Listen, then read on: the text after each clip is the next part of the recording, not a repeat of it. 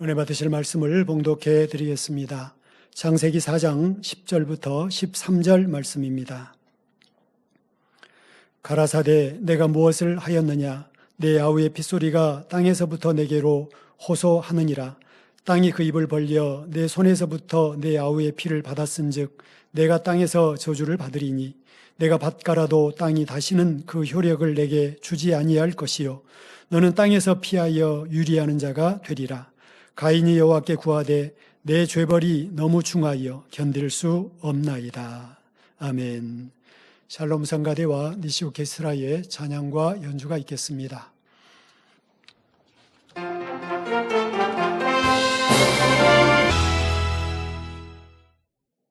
원로 목사님의 창세기 강의 85번째 가인에게 임한 저주 말씀 들으시겠습니다. 사랑하는 성도 여러분, 전 세계 및 전국의 지교 성도 여러분, 지성전 성도 여러분, 전 세계 인터넷을 통해 예배드리는 모든 성도 여러분, GCN 방송 시청자 여러분, 아버지 하나님께서는 동생을 죽인 가인에게 회개의 기회를 주시려 했습니다. 가인이 스스로 잘못을 시인하고 하나님께 자백하기를 원하셨지요. 회개도요, 누가 회개하라고 해서 하는 거는 참 회개가 아니죠. 스스로 자원해서 통해 잡아가고 회개해야 되는 거지, 누가 지적하니까 회개하라고 하니까 하는 거는 그건 참 회개라고 볼 수 없습니다. 그래서 가인에게 내 아우 아벨이 어디 있느냐 물으셨습니다. 이에 가인은 내가 알지 못하나이다. 내가 내 아우를 지키는 자니까 라고 답했죠. 자기 악행을 숨기기에 급급하여 거짓말을 서슴지 않았고 하나님께 오만한 태도로 대답했습니다. 이에 하나님께서는 가인이 아벨을 죽였음을 알고 계심을 나타내십니다. 바로 본문 10절에 내가 무엇을 하였느냐? 내 아우의 핏소리가 땅에서부터 내게 호소하느니라고 말씀하신 것이죠. 하나님께서는 가인이 아벨을 어디서 어떻게 왜 죽였는지를 다 알고 계셨습니다. 우리 아버지 하나님 천지전능하시다, 달리 천지전능하시대 다 아세요. 여러분의 일거수일투족 다 아십니다. 아무리 몰래 숨겨도 아시는 거고,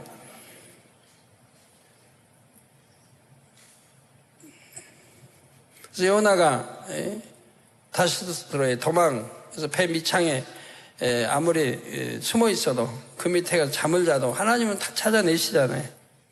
아무리 몰래 숨어도 아시는 거고요. 이런 걸 우리가 염두에 둬야 되는데, 앞뒤 사람이 있나 없나는 보고, 없으면 도적질도 하고 나쁜 짓도 하고. 근데 문제는 만군의 하나님이 불꽃 같은 눈동자로 지켜보신다는 사실을 마음에 항상 새기고 있어야 되는데, 하나님은 뒤로 멀리 해버리고 눈에 보이는, 현재 보이는, 누가 사람이 보나 나를 안 보나. 자, 그런데도 먼저는 가인에게 물으심으로 스스로 회개할 기회를 주셨지요. 가인은 끝까지 그 기회를 잡지 않았습니다. 이에 하나님께서는 가인에게 임할 저주에 대해 말씀하셨습니다. 본문 11절 12절입니다. 땅이 그 입을 벌려 내 손에서부터 내 아우의 피를 받았은즉 내가 땅에서 저주를 받으리니 내가 밭가라도 땅이 다시는 그 효력을 내게 주지 아니할 것이요 너는 땅에서 피하며 유리하는 자가 되리라. 이 말씀은 심은 대로 거두며 행한 대로 받는 영계의 법칙이 가인에게 그대로 적용됨을 보여줍니다. 로마서 2장 6절에도 하나님께서 각 사람에게 그 행한 대로 보응하시되라고 말씀하셨죠. 행한 대로 보응하십니다. 틀림이 없어요. 저는 우리 성도들 많이 대해보고 기도해주고 그러니까 알잖아요. 반드시 여러분 행한 대로, 악을 행하면 악을 행한 대로, 법을 어기면 법을 어긴 대로. 법을 어기고 나서 내게 기도해 주세요. 안 되는 거예요. 기도. 왜? 공의가 있으니까. 법을 어기면 어긴 대로 처벌을 받아야 되고, 그러니까 법을 안 어겨야 되고 정도를 걸어야 되고, 악을 행하면 악의 보응, 선을 행하면 선의 반드시 하나님 갚아주십니다. 그에 많은 것. 기도를 중심으로 믿음, 사랑으로 불같이하면 영적 성장뿐 아니라 반드시 기도하는 거 믿고 간구한 대로 응답이 오게 되어 있는 것이고, 중언부언하면 응답 안 오는 것이고. 가인에게 임한 저주는 두 가지였습니다. 첫째는 밭가라도 땅이 다시는 그 효력을 주지 않는다 했습니다. 밭가라도 효력을 주지 않으니 얼마나 저주예요. 가인은 아버지 아담으로부터 농사 짓는 법을 전수 받았습니다. 당시 아담이 갖고 있던 지식과 지혜는 매우 뛰어났으므로 가인도 농사일을 매우 잘 알았지요. 농사에 관해서는 전문가라고 해도 될 만큼 능숙한 농사꾼이었습니다. 이처럼 가인이 뛰어난 농사꾼이라 해도 땅이 그에게 아무 효력을 주지 않으면 좋은 열매를 맺을 수 없지요. 여기서 땅이 효력을 주지 않는다는 말씀은 무슨 뜻일까요? 이는 땅이 인지 능력을 가지고 있어서 가인을 차별적으로 대우한다는 뜻이 아닙니다. 농부가 좋은 땅에 좋은 씨를 심고 아무리 잘 가꾼다 해도 하나님께서 도와주셔야만 좋은 열매를 얻을 수 있습니다. 만약 하나님 외면하신다고 하면 좋은 열매 못 거두면 아무리 땅이 좋았고 씨가 좋았고 부지런히 가꾼다 해도. 왜냐하면 예를 들어 비만 안 줘도 안 되잖아요. 비만 안 넣어줘도. 햇빛도 뭐 일조량이 나쁘다든가 뭐야. 그 외에도 뭐 태풍 같은 거 와서 그냥 쓸어버려도 안 되는 거고. 하여튼 하나님이 도와주셔야죠. 즉 하나님께서 적당한 비, 바람, 햇볕을 주셔야만 농작물이 잘 자랄 수 있지요. 농부도 지혜롭고 부지런해야 하겠지만 근본적으로는 하나님께서 좋은 환경을 조성해 주셔야만 합니다. 첫째가 하나님이 도와주시고 그 다음에 나의 노력과 지식 모든 것들이 다 겸해져야 한단 말이에요. 첫째가 하나님. 근데 이 첫째가 하나님인 것을 여러분들이 등 뒤로 돌렸기 때문에, 무시했기 때문에 기도나 응답들을 못 받는 거지요. 믿음대로 된다 아무리 가르쳐도. 그러면 그 말씀을 믿어버리면 뭐든지 어떤 병이라도 믿음대로 할 건데 안 한다 이 말이에요. 먹어도 약 먹어도 안 낫고 뭐 통증 있고 그러면 그냥 처방 따라 이렇게 하고, 사람은 처방. 하나님을 믿는다고 하는, 믿어드린다고 하는 게 없다 이 말이에요.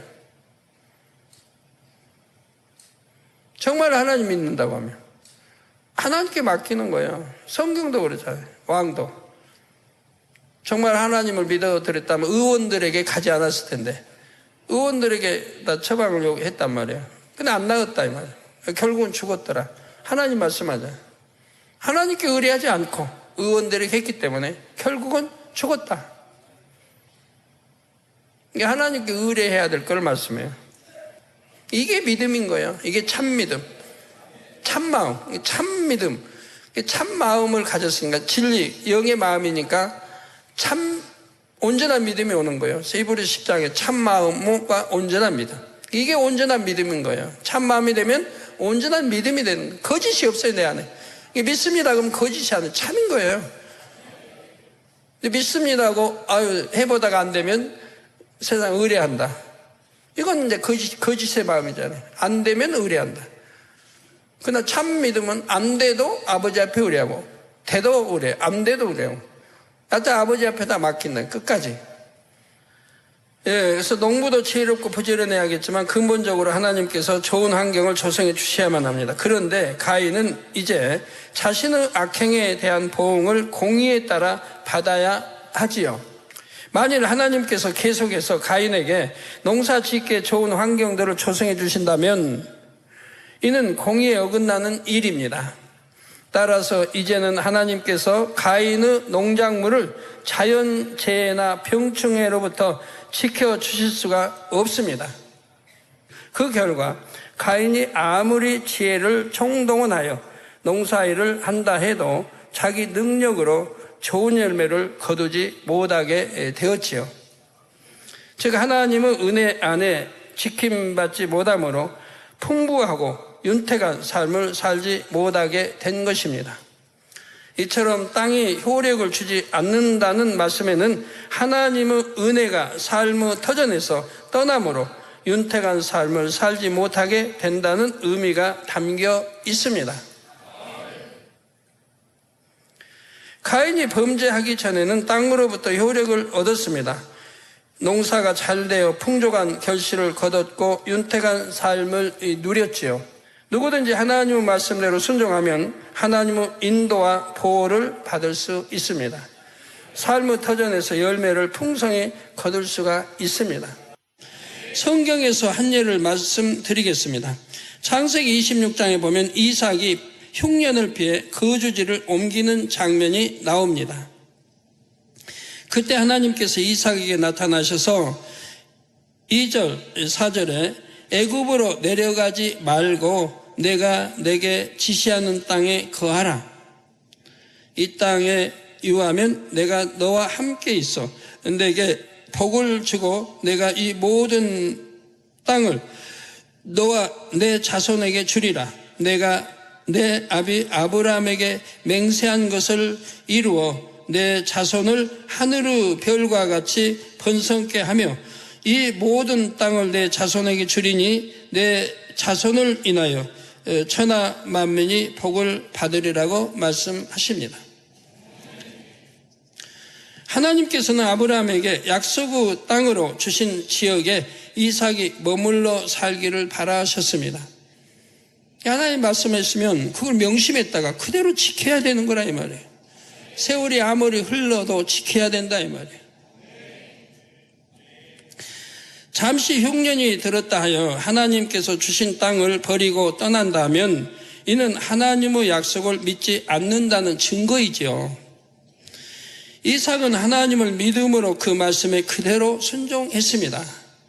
그러자 정말 놀라운 축복이 임했습니다. 창세기 26장 12절에서 13절에 이삭이 그 땅에서 농사하여 그 해 100배나 얻었고 여호와께서 복을 주심으로 그 사람이 창대하고 왕성하여 마침내 거부가 되었다 했습니다.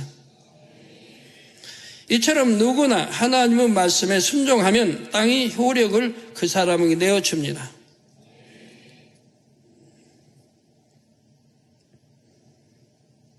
곧 하나님께서 그 사람의 삶의 터전에 놀라운 축복을 내리신다는 사실입니다. 하나님께서는 이러한 내용을 율례로 정해서 이스라엘 백성에게 주셨습니다. 바로 레위기 25장 3절에서 4절의 안식년 제도이지요. 너는 6년 동안 그 밭에 파종하여 6년 동안 그 포도원을 다스려 그 열매를 거둘 것이나 제7년에는 땅으로 쉬어 안식하게 할지니 여호와께 대한 안식이라. 너는 그 밭에 파종하거나 포도원을 다스리지 말라고 명하셨습니다. 이는 출애굽한 이스라엘 백성들이 광야에 있을 때 주신 말씀으로 장차 가나안 땅에 들어가서 지켜야 할 율례 중 하나였지요. 가나안은 젖과 꿀이 흐르는 기름진 땅입니다. 그 땅에 들어가 정착하거든 6년 동안 농사를 지은 다음에는 7년째는 땅을 씌워주라는 말씀입니다. 육신의 생각을 가진 사람들은 이 말씀에 순종하기가 어렵지요. 그래서 하나님께서는 레위기 25장 20절에서 22절에 부가 설명을 해 주십니다. 혹 너희 말이 우리가 만일 제7년에 심지도 못하고 그 산물을 거두지도 못하면 무엇을 먹으리요 하겠으나 내가 명하여 내 제6년에 내 복을 너희에게 내려 그 소출이 3년씩에 촉하게 할지라. 너희가 제8년에는 파종하려니와 묵은 곡식을 먹을 것이며 제9년 곧 추수하기까지 묵은 곡식을 먹으리라. 저 6년째 풍년을 주셔서 앞으로 3년 동안 쓸 것을 넉넉하게 주시겠다고 약속하셨습니다. 왜 3년 양식이 필요합니까? 7년째 먹을 양식은 당연히 필요하고 7년째 일을 안 했으니 8년째 먹을 양식도 필요하지요. 또한 8년째 파종한 보리나 밀은 이듬해인 9년째가 되어야 추수할 수가 있습니다. 그래서 제9년 곧 추수하기까지 묵은 곡식, 곧 6년째 추수한 양식을 먹으리라 하신 것입니다. 하나님께서는 이처럼 말씀에 순종하는 자녀들을 끝까지 다 책임져 주십니다. 오늘날 성도들은 11조를 통해 이러한 하나님의 축복을 받을 수 있습니다. 말라기 3장 10절에서 12절에 만군의 여호와가 이르노라 너희의 온전한 11조를 창고에 들여 나의 집에 양식이 있게 하고 그것으로 나를 시험하여 내가 하늘 문을 열고 너희에게 복을 쌓을 곳이 없도록 붙지 아니하나 보라.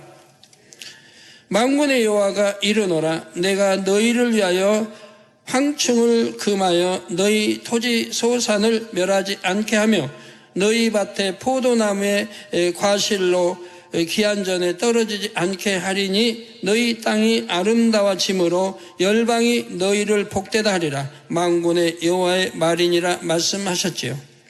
이처럼 성도들이 온전한 11조를 드리면 하나님께서는 사업터나 일터를 지켜주시고 복을 내려주십니다. 하나님께서 불필요한 지출을 막아주시고 하늘문을 열고 복을 부어주시지요. 그런데 11조를 내기가 아까워 안 드리면 하나님께서 지켜주실 수가 없습니다. 혹 사기꾼이 속이고 있을 때 알려주시거나 막아주실 수 없고 사고나 질병으로부터 지켜주실 수도 없지요.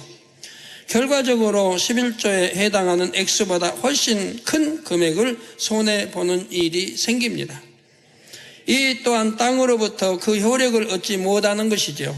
이것이 가인에게 임한 첫째 저주였습니다. 이런 저주가 여러분에게 임하지 않도록 하나님과 담을 만들지 말아야 할 것입니다. 둘째 저주는 땅에서 피하며 유리하는 자가 된다 했습니다. 땅에서 피하며 유리하는 자가 된다. 이는 아버지로부터 물려받은 모든 것을 잃고 터전을 떠날 수밖에 없다는 의미입니다. 가인처럼 피치 못할 이유로 혹은 타의에 의해 강제로 유리하는 자가 되는 일은 매우 큰 벌이지요. 주로 전쟁 난민이 되거나 포로로 끌려가는 경우 유리하게 됩니다. 참으로 비참한 신세가 되지요.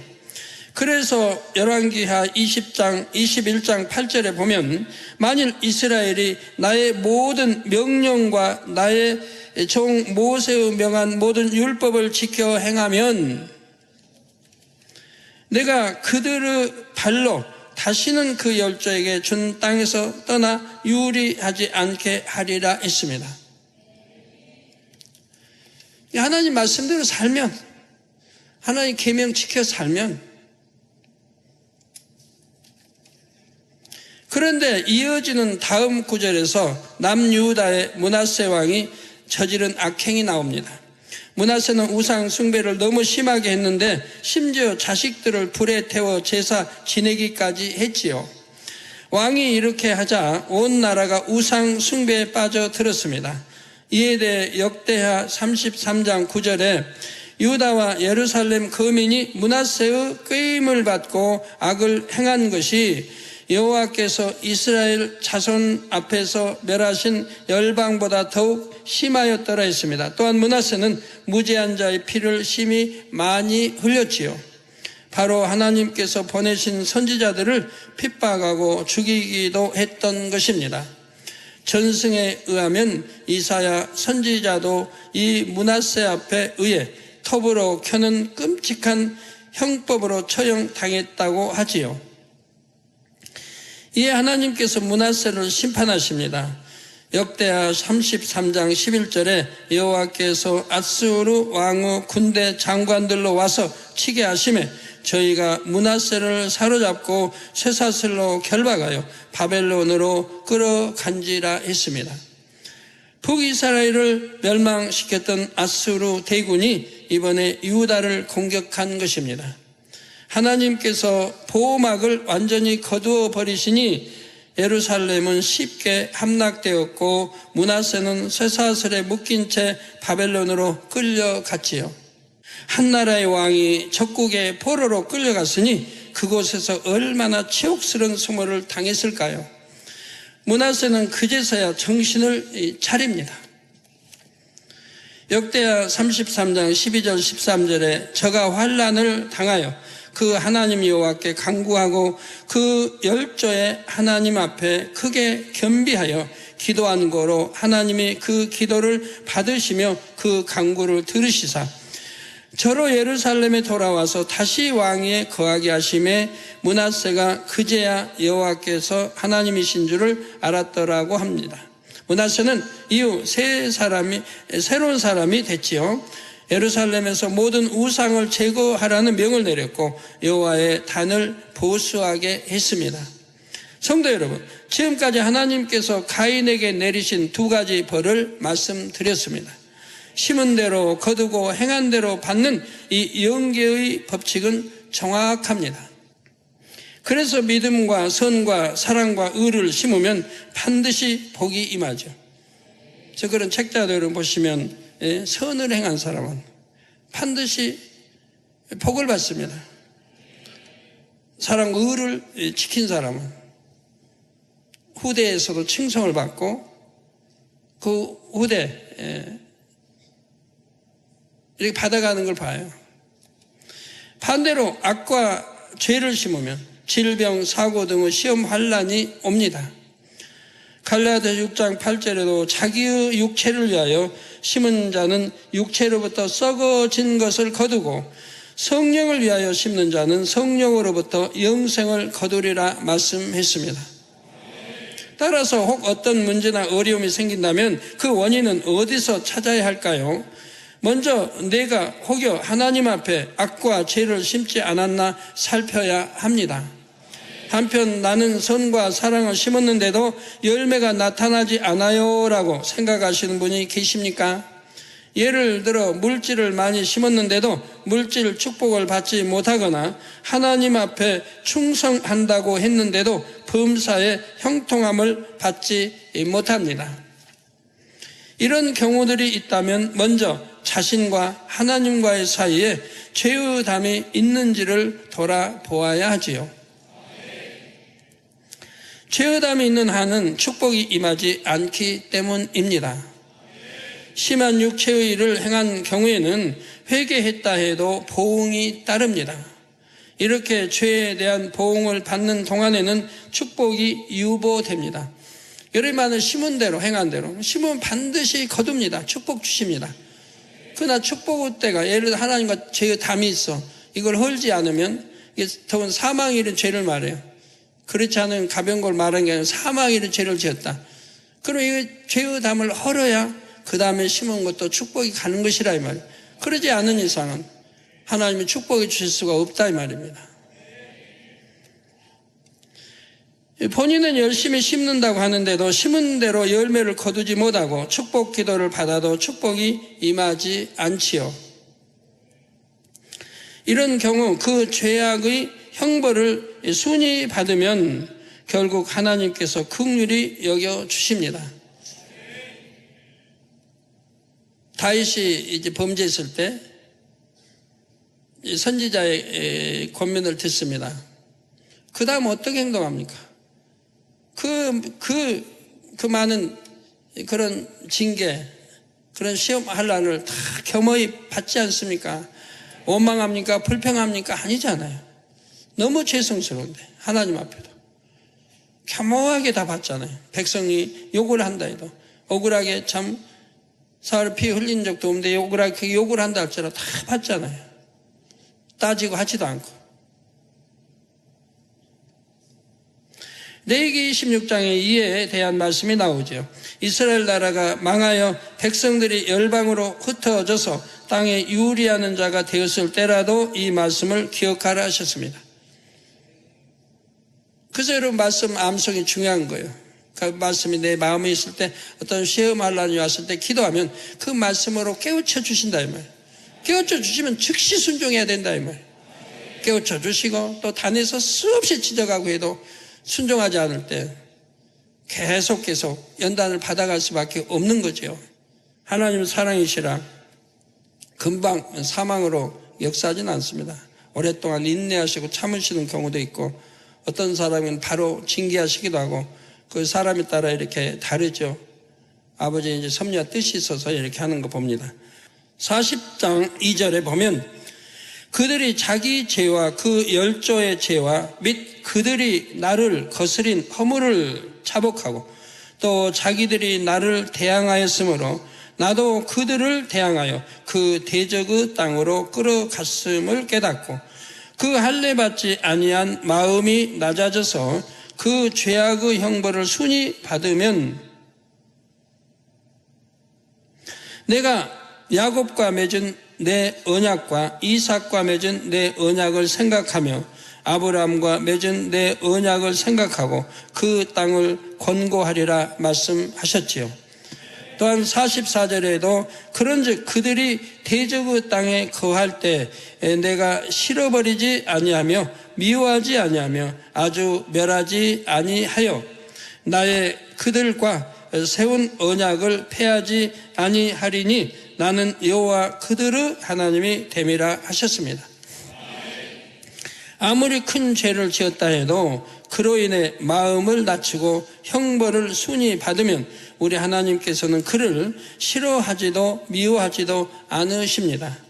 또한 멸하지 않겠다 하십니다. 나중에 다시 말씀드리겠지만 하나님께서는 가인에게도 구원의 은혜를 베풀어 주셨습니다.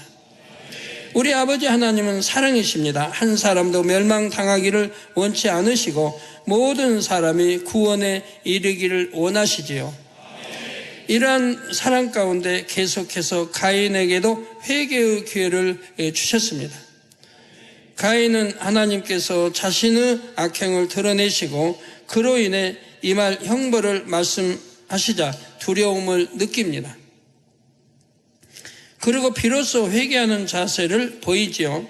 본문 13절에 가인이 여호와께 고하되 내 죄벌이 너무 중하여 견딜 수 없나이다 고백했던 것입니다. 그런데 가인의 이 고백은 마음 중심에서 나온 회개는 아니었습니다. 단지 자신이 받게 될 벌이 두려워서 죄를 시인한 것뿐이지요. 하나님께서는 이런 회개를 원치 않으십니다. 진정에서 우러나는 회개를 원하시지요. 바로 사랑의 회개를 원하십니다. 사랑의 회개란 무엇일까요? 비유를 들어보겠습니다. 여러분이 부모님을 너무나 사랑하고 마음 중심에서 존경한다고 합시다. 그런데 그만 부모님이 가장 싫어하는 행동을 하고 말았습니다. 이 사실을 부모님이 알게 되었지요. 이때 부모님을 진정 사랑하는 자녀라면 당연히 부모님 앞에 나아가 마음 중심에서 나오는 용서를 구합니다. 사랑하는 부모님의 마음을 아프게 한 일이 너무나 죄송해서 마음을 찢는 후회를 하며 부모님께 나아가 철저히 회개하지요. 이럴 때 자녀가 부모님을 사랑하는 만큼 마음에서 느끼는 고통도 큽니다. 그런데 어떤 자녀들은 자신의 실수와 잘못으로 인해 부모님의 눈밖에 날까봐 얼른 회개합니다. 부모님은 눈밖에 나면 재산을 분배해 주실 때 불이익을 당할 수도 있다는 계산 속에서 겉으로만 무릎을 꿇는 경우도 있지요. 우리 아버지 하나님께서 믿음의 자녀들에게 원하시는 회개는 사랑하기 때문에 중심에서 돌이키는 것입니다. 당장 어떤 처벌받는 것이 두려워서 죄를 자복하고 회개하는 것은 진정한 회개가 아닙니다. 이런 경우는 중심에서 돌이킨 게 아니므로 언제든 동일한 죄를 다시 지을 수가 있습니다. 두려움을 주는 환경이 사라지면 마음에서 뽑아내지 못한 악의 모양이 다시 겉으로 나오기 때문입니다. 요한일서 4장 18절에 보면 사랑 안에 두려움이 없고 온전한 사랑이 두려움을 내어 쫓나니 두려움에는 형벌이 있습니다. 사랑 안에는 두려움이 없고 온전한 사랑이 두려움을 내어 쫓나니 두려움에는 형벌이 있습니다. 두려워하는 자는 사랑 안에서 온전히 이루지 못하였느니라 말씀했지요. 자, 두려워하는 자는 사랑 안에서 온전히 이루지 못하였느니라. 욥기에도 하나님 두려워함으로 그 두려움이 결국은 임하지 않았습니까? 정말 사랑한다면 두려움이 없습니다. 부모 자녀 간에도 너무 자녀를 사랑하고 자녀가 부모가 자기를 사랑한다는 걸 알면 자녀가 잘못해도 부모를 두려워하는 건 아닙니다. 오히려 이제 매를 때린다 해도 오히려 가까이 더 다가갑니다. 오히려 안기려고 합니다. 근데 야단친다고 멀리하고 피하고 그거는 그 부모의 사랑을 모르는 거죠. 정말 사랑한다면 때린다 해서 뭘 피하는 게 아니고 더 가까이 하고 더 안기려고 한다 이 말이에요.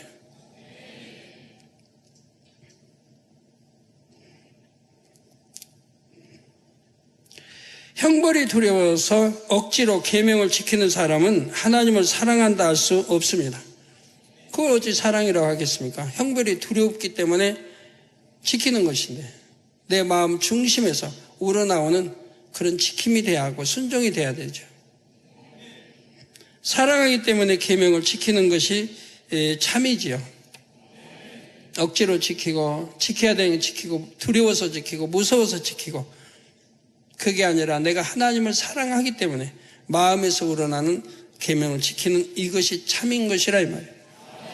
그 하나님이 누구신지 알죠. 하나님이 사랑이신 거 알고 사랑이신 걸 알고 그걸 믿고 안다고 하면 하나님을 사랑할 수밖에 없고 첫째로 사랑할 수밖에 없고 첫째로 사랑한다고 하면 당연히 계명을 지켜 행할 것이라 이 말입니다. 이에 우리 예수님께서도 요한복음 14장 15절에 너희가 나를 사랑하면 나의 계명을 지키리라 말씀하셨습니다. 만약 우리가 주님을 사랑한다면 주님이 주신 계명 지킨다 이 말입니다. 영으로 들어가서 하나님을 제일로 사랑하는 사람은 죄를 짓지 않습니다. 그런데 영으로 들어가기 전이라도 하나님을 사랑하는 사람은 혹 죄를 짓는다 해도 바로 깨닫고 회개합니다.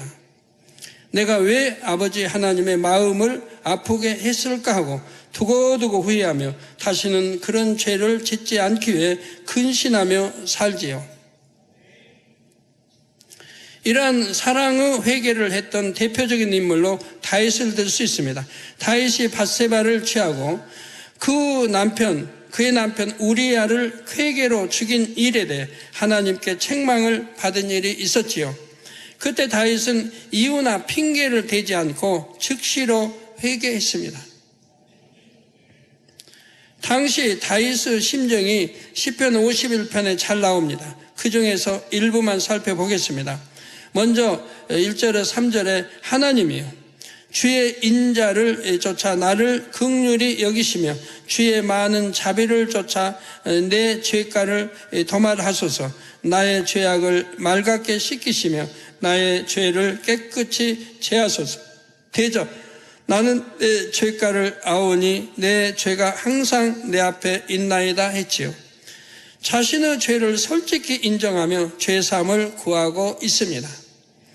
다음으로 11절 12절에는 나를 주 앞에서 쫓아내지 마시며 주의 성신을 내게서 거두지 마소서. 주의 구원의 즐거움을 내게 회복시키시고 자원하는 심령을 주사 나를 붙드소서 했지요. 다윗은 두려움으로 하나님을 멀리한 것이 아니라 오히려 어린아이가 엄마 품으로 파고들듯이 하나님의 은혜를 간구했습니다. 마지막으로 17절을 보면 하나님의 구하시는 제사는 상한 심령이라. 하나님이여 상하고 통회하는 마음을 주께서 멸시치 아니하시리이다 했습니다. 다윗 자신이 중심에서 우러나는 사랑의 회개를 했기 까닭에 하나님께서도 들어주실 것을 확신하고 있죠. 이게 통해 자복해봐요. 정말 마음에서 회개했다고 하면 하나님이 내 죄를 용서하셨다는 것이 마음에서 옵니다. 내가 용서받았다는 거 오게 돼요. 다 사함받았다는 거 오게 돼요. 그 은혜는 하나님이 주시는 거죠. 미지근하게 숨길 거 숨기고 남길 거 남겼으니까 후련치도 못하는 것이고 여전히 공고한 것이지.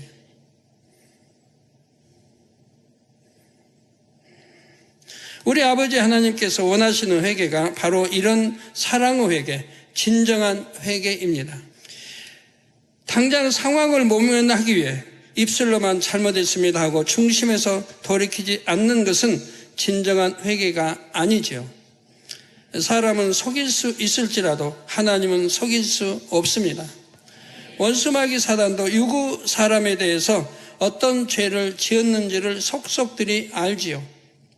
어둠에 속하기 때문에 어둠에 속한 것들을 안다 이 말이에요. 죄를 지으면 알고 안다 이 말이에요. 그래서 사단이 아직 사함받지 못한 죄를 빌미로 송사하면 하나님은 시험을 허락하실 수밖에 없지요. 회개하지 않는 이상은 계속 시험이 오는 것이라 이 말입니다. 그 결과 행한 대로 받는 공의에 따라 값을 치르게 되는 것입니다.